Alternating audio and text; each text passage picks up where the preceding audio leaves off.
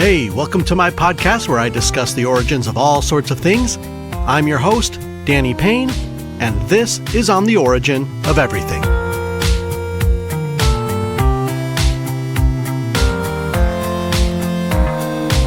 Today I'm talking about dating apps. I'm old enough to have had some experience with various dating apps, and all of them have been a colossal waste of my time. But hey, I hear that other people have had better luck, or maybe I'm just remembering the commercials. They make it sound so good, don't they? Are you severely single or dissatisfied with your current relationship? Come to our site, tell us exactly what you're looking for, and we'll match you up with your soulmate. Easy. I realize that I'm sounding bitter, but I'm only drawing from past frustrations with trying to date online. I'm sure some of you can relate. This episode isn't about how effective or ineffective dating apps are.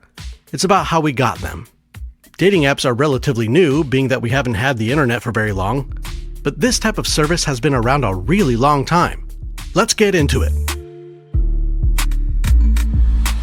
To set this up right, I have to first explain that the concept of marrying for love is a pretty recent one. As late as the 1700s, marriages were primarily a business transaction. Love wasn't completely absent from the equation, but it was secondary. You see, for hundreds and hundreds of years, a woman was considered the property of her father, to be handed over to another man in marriage. Ever wonder why a father might walk his daughter down the aisle? To give her away? That's symbolic of the transfer of ownership. We don't necessarily think of it that way anymore, but that's where that comes from. And the tradition of a guy asking a girl's father for his permission or for his blessing to marry his daughter comes from those old customs. Typically, marriages were arranged by the parents, and the whole focus was to preserve or build wealth through strategic pairing of sons to daughters and daughters to sons. Marriage contracts outlined inheritance expectations, land rights, that sort of thing. Marrying within the same class was common. Even cousins would marry to keep property within the family. Inheritances were so central to many cultures that their laws reflected it. England and its American colonies were no exception.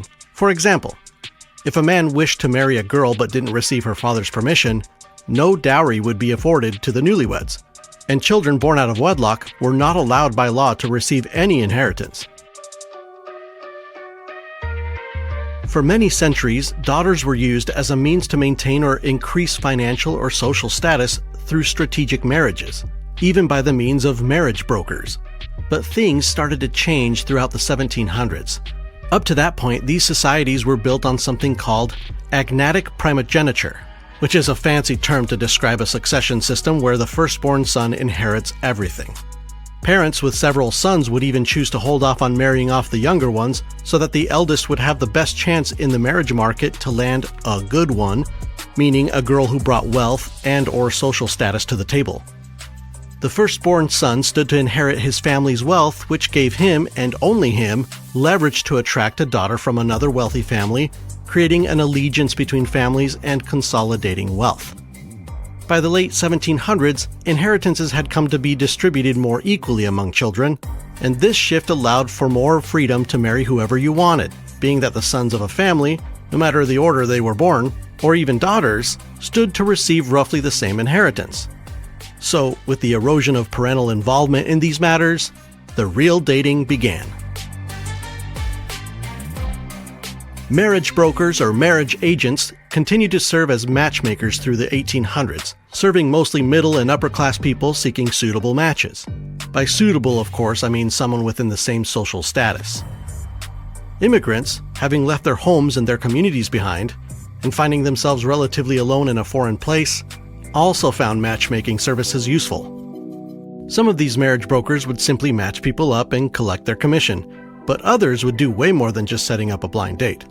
They would gather pertinent information about their client, search within their own catalog of clients to find a suitable match, arrange introductions, facilitate continued correspondence, and if the couple agreed to marry, the marriage broker even helped with the marriage settlement.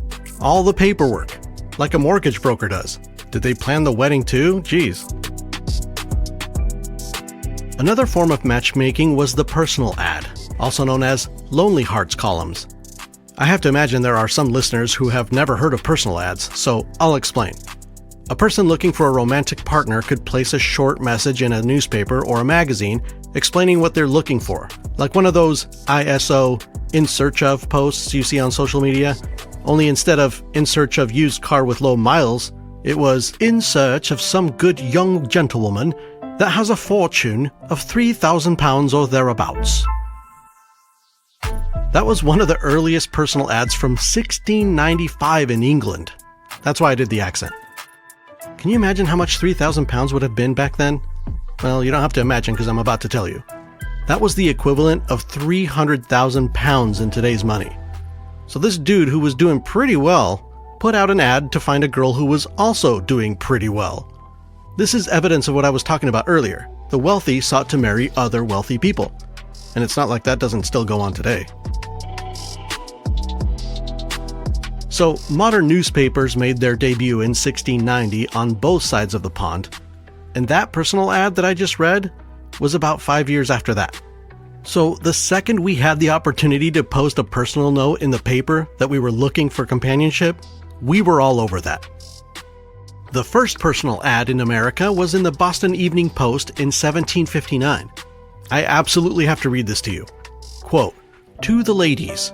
Any young lady between the age of 18 and 23, of a middling stature, brown hair, regular features and a lively brisk eye, of good morals, and not tinctured with anything that may sully so distinguishable a form, possessed of 300 or 400 pounds, entirely her own disposal, and where there will be no necessity of going through the tiresome talk of addressing parents or guardians for their consent.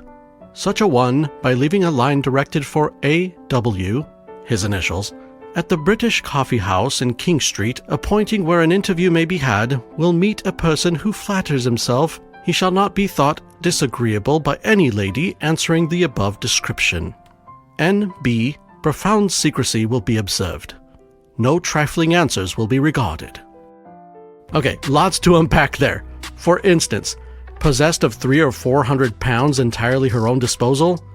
We're talking about money here, folks. Lots of weird requests in this, like a lively brisk eye? The heck? But my favorite part was the brown hair, because I guess while we're dreaming, might as well get real specific. I also love the combination of must have 300,000 pounds in the bank and brown hair. Lastly, I had to go looking for what NB stood for. You know, where at the end it says, NB, profound secrecy will be observed. Well, I found out that it's Latin for nota bene, translated literally as good note, but meaning take special note of the following.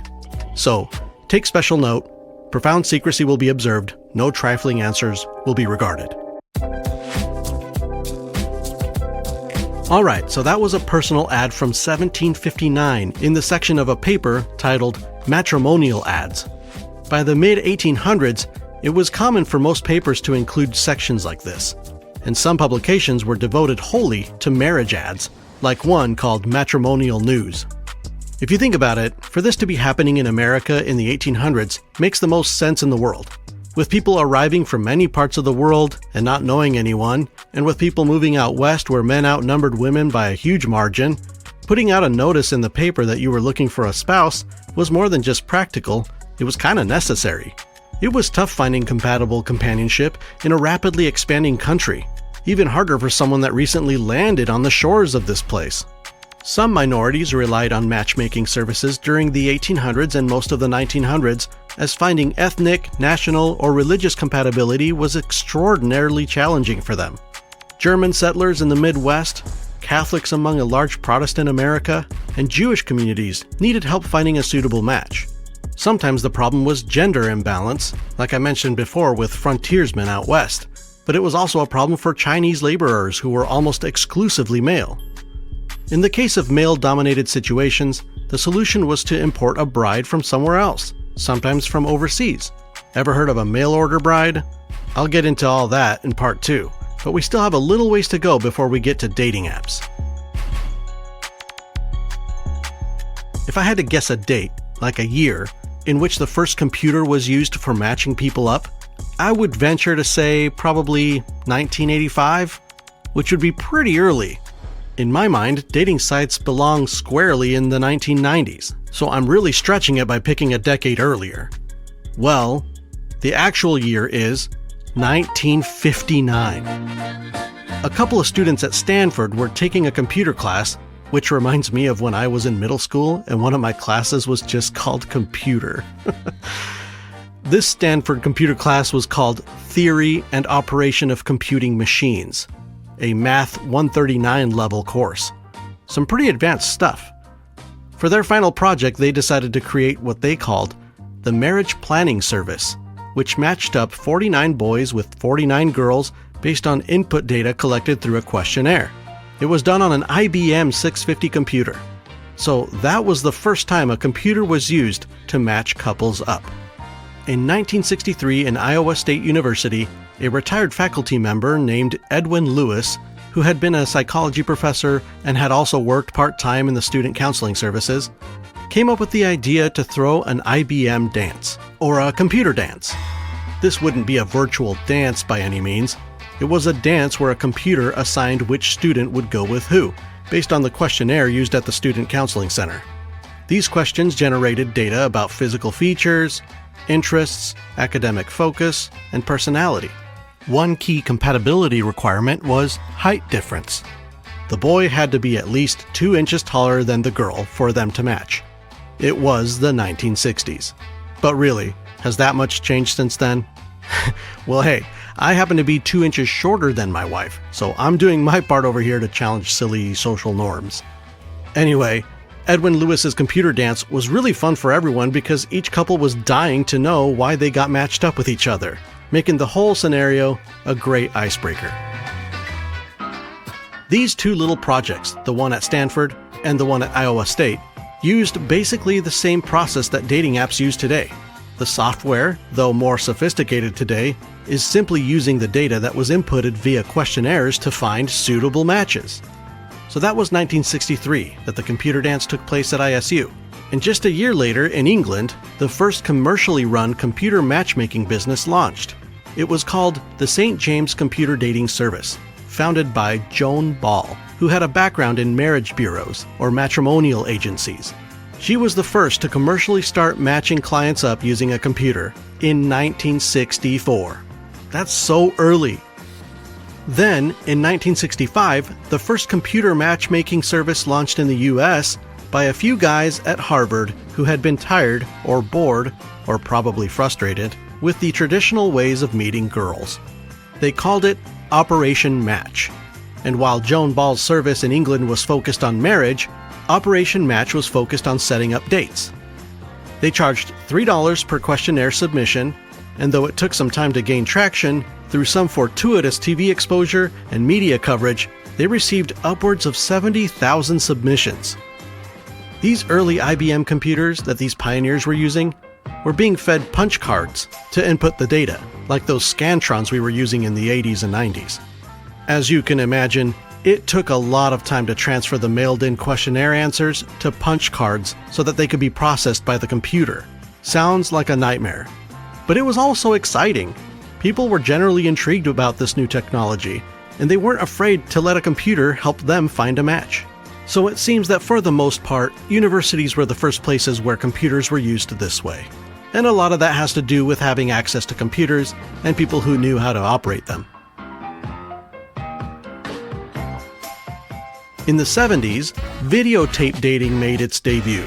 One of the earliest and most successful services was called Great Expectations, founded by a 26-year-old guy named Jeff Ullman in LA. He would bring clients into his studio to interview them on camera, then let them browse his library of cassette tapes of other recordings to find potential dates. The proposition was that videos represented people more accurately and more genuinely, compared to mere written descriptions. Doesn't this remind you of browsing profiles on dating apps? Video dating introduced that concept to the world. But it had some limitations. People had to physically walk into one of these studios to be interviewed and videotaped. These businesses were very localized, and the dating selection pool was limited to the video library in that facility. People could have recorded themselves at home and mailed the cassette to one of these services, except that hardly anyone had that type of technology at home yet. But what a great little chapter in the story of dating services. I follow an Instagram account called VHS Dates that only posts videos of these videotape dating services. It's fantastic. So Great Expectations, along with other videotape dating services like Together, were able to expand from just one video recording studio to dozens across the country, and they became very profitable all through the 80s. They too began using computers to help generate matches for their customers. These were the first intranet-based matchmaking systems. An intranet is a private computer network, whereas the internet is public. There was no internet yet. The largest dating service during the 1980s was Dateline. This is one I had actually heard of. It was a company founded in the UK by John Richard Patterson back in 1966, after having been inspired by those Harvard guys who created Operation Match. Dateline relied on mailed-in or phoned-in questionnaires, and their business was to mail back or phone back a list of match results. Dateline's slogan, "You too can find love." They were the big dogs in the industry in the 70s and 80s. They even bought out Joan Ball's St. James computer dating service. I love how interconnected all of these early players were. The 1980s was also the decade that gave us the Matchmaker Electronic Pen Pal network. If you had access to a computer with a dial-up modem, you could connect to a local network through a bulletin board system, or BBS, which is a text-based online forum. That was a lot of terminology in one sentence, but it's basically sending messages to people in your area with a computer through phone lines. The original purpose for this service was just general social connection, but it quickly turned romantic in response to how people were using it. Online chat rooms had existed in the 70s, but they became more widely used in the 80s.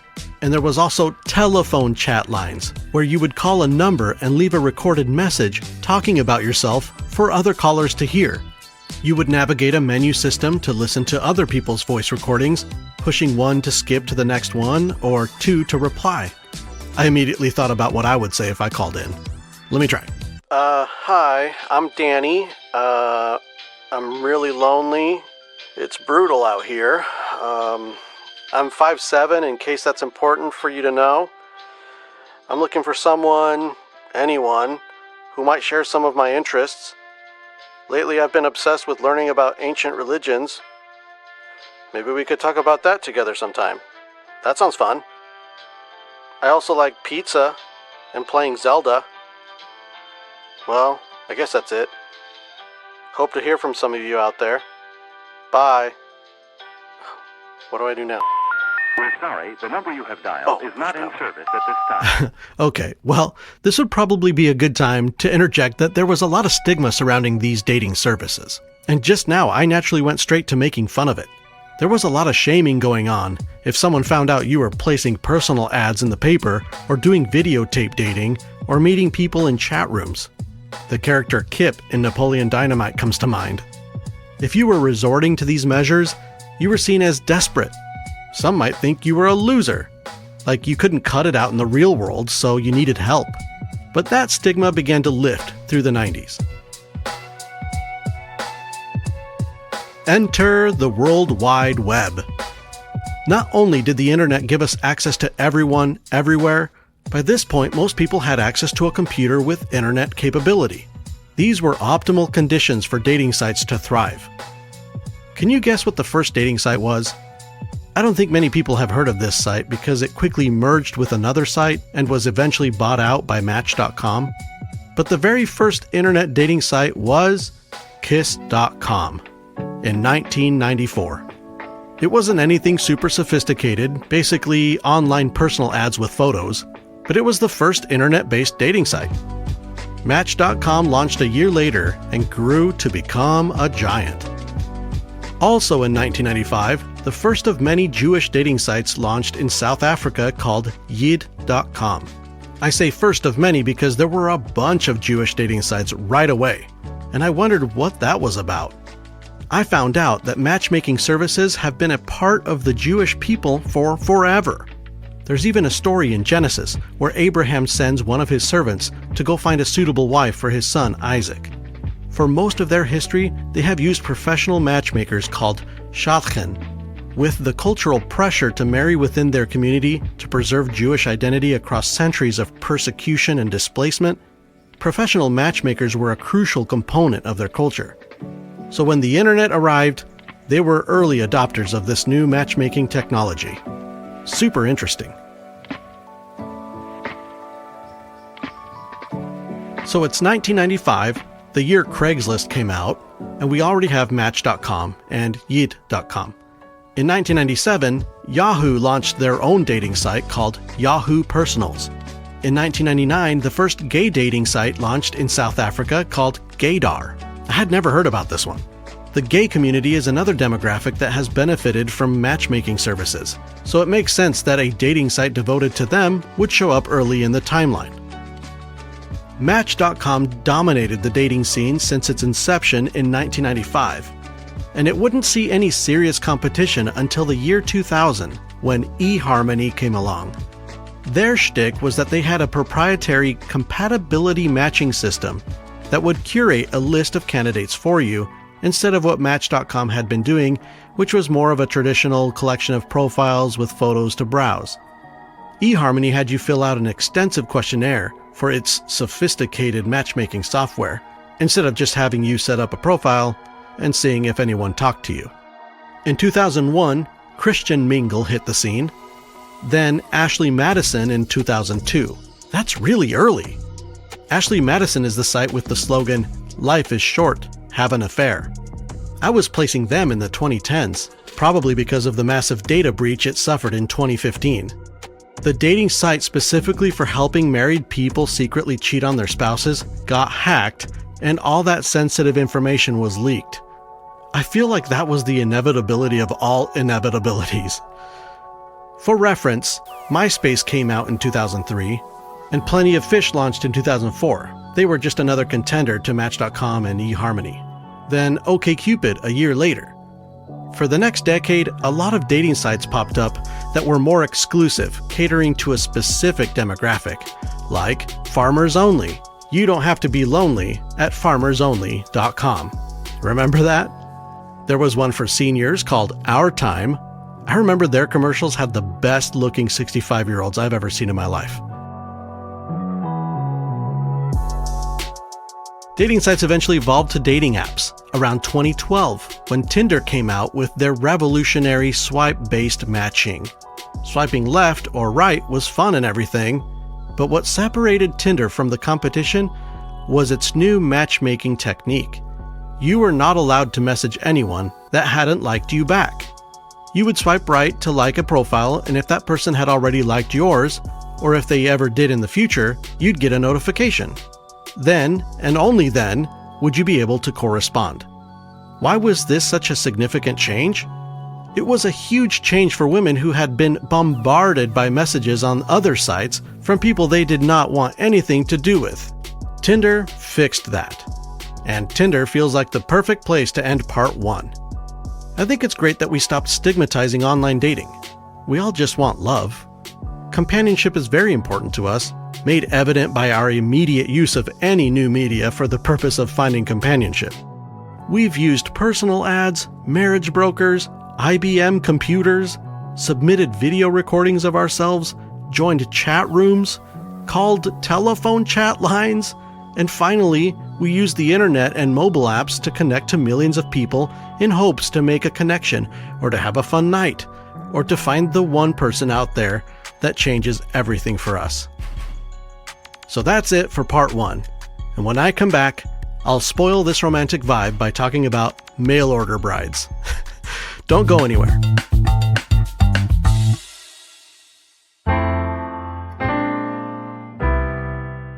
This episode is brought to you by Nothing. To help keep ads off this show, consider donating by clicking the Patreon link in the show notes, or by going to patreon.com/ontheoriginofeverything. Another way you can support the show is by giving it a 5-star rating and review, or by following it, or sharing it. Let's build a community of people that are curious and always learning. Now, back to the show. Part 2 is on mail order brides.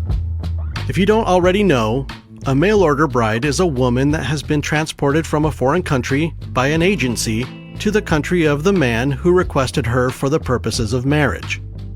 I was shocked to learn that the first occurrence of this in America was in 1619, with the early colonists. The Virginia Company of London had been struggling to stabilize the Jamestown colony. Apart from facing starvation, disease, and conflict with natives, they also faced a gender imbalance. They realized that in order to establish a successful long-term colony, they needed families, not just a bunch of men. So the treasurer of the Virginia Company ordered the recruitment of 140 women, each around the age of 20, to be transported from England to the Jamestown settlement to be paired up with the men as their wives.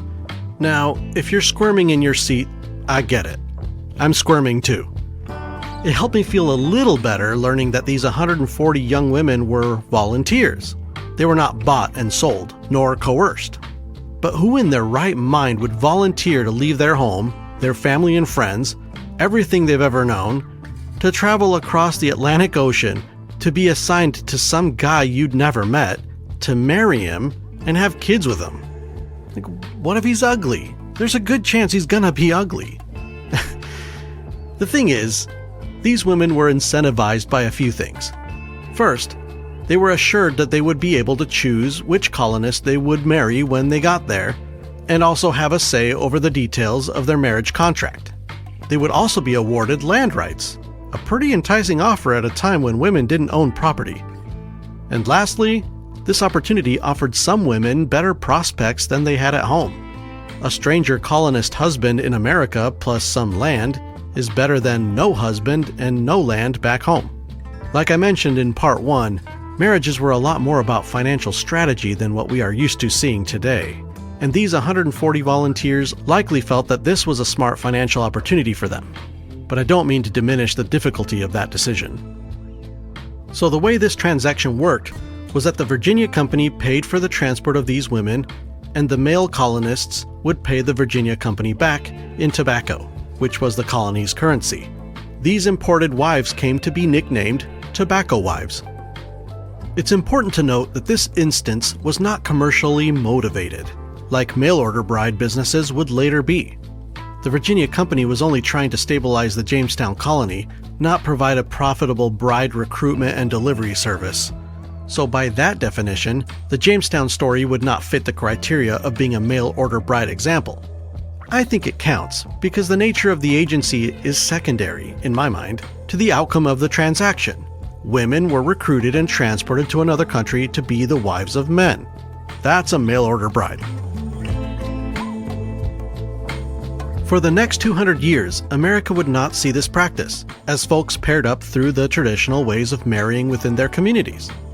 But during westward expansion in the 1800s, the West experienced another gender ratio imbalance as men outnumbered women by a long shot. Then the carnage of the Civil War caused a shortage of young men in certain parts of the country, and in these cases, people resorted to personal ads and using matchmaking services.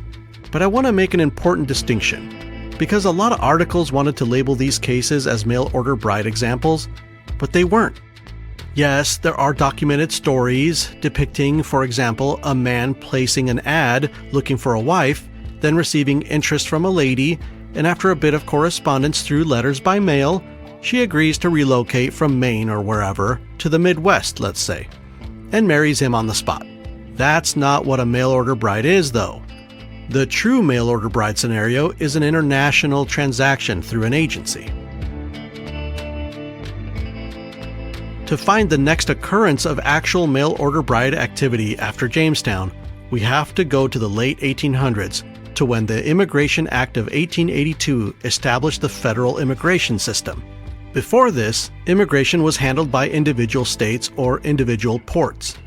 This Immigration Act placed federal agents at the borders and aimed to deny the entry of certain people, including convicts, lunatics, idiots, the term for mentally challenged people at the time, and anyone, quote, likely to become a public charge, meaning too poor and unlikely to be able to support themselves. Talk about too much room for interpretation on that one. In 1891, there was an amendment to this act that expanded that list and also allowed the deportation of anyone who entered illegally or under false pretenses. Immigration laws and their federal enforcement is what brought the mail-order bride practice back from a nearly 300-year hiatus. Unmarried women had a hard time convincing officials that they could support themselves without a husband, so having a male sponsor, often a husband, to vouch for them and provide for them upon entry gave them a better chance of being approved to enter the country. The best documented instance of this is something called picture brides. The term picture brides comes from a Japanese phrase, shasukin kekkon, meaning photo marriage. From 1907 to the 1920s, women living in Japan sent photographs of themselves by mail to prospective husbands in the United States. It was a way for them to successfully immigrate and a way for Japanese laborers to find compatible companionship. The Gentleman's Agreement of 1907 restricted Japanese immigration, but it allowed a woman in Japan to join her husband in the United States, so that fueled the practice of picture brides. Other countries did this too, like Korea, Greece, Italy, and Armenia. I was walking around Denver last year with my buddy George, and we came upon a memorial for the 1.2 million people who were massacred in the Armenian genocide. That was the first time we had ever heard of it. And while doing this research, I realized that this tragic part of Armenian history led surviving women to offer themselves up as picture brides to escape their dire situation in hopes to find a better life in the United States.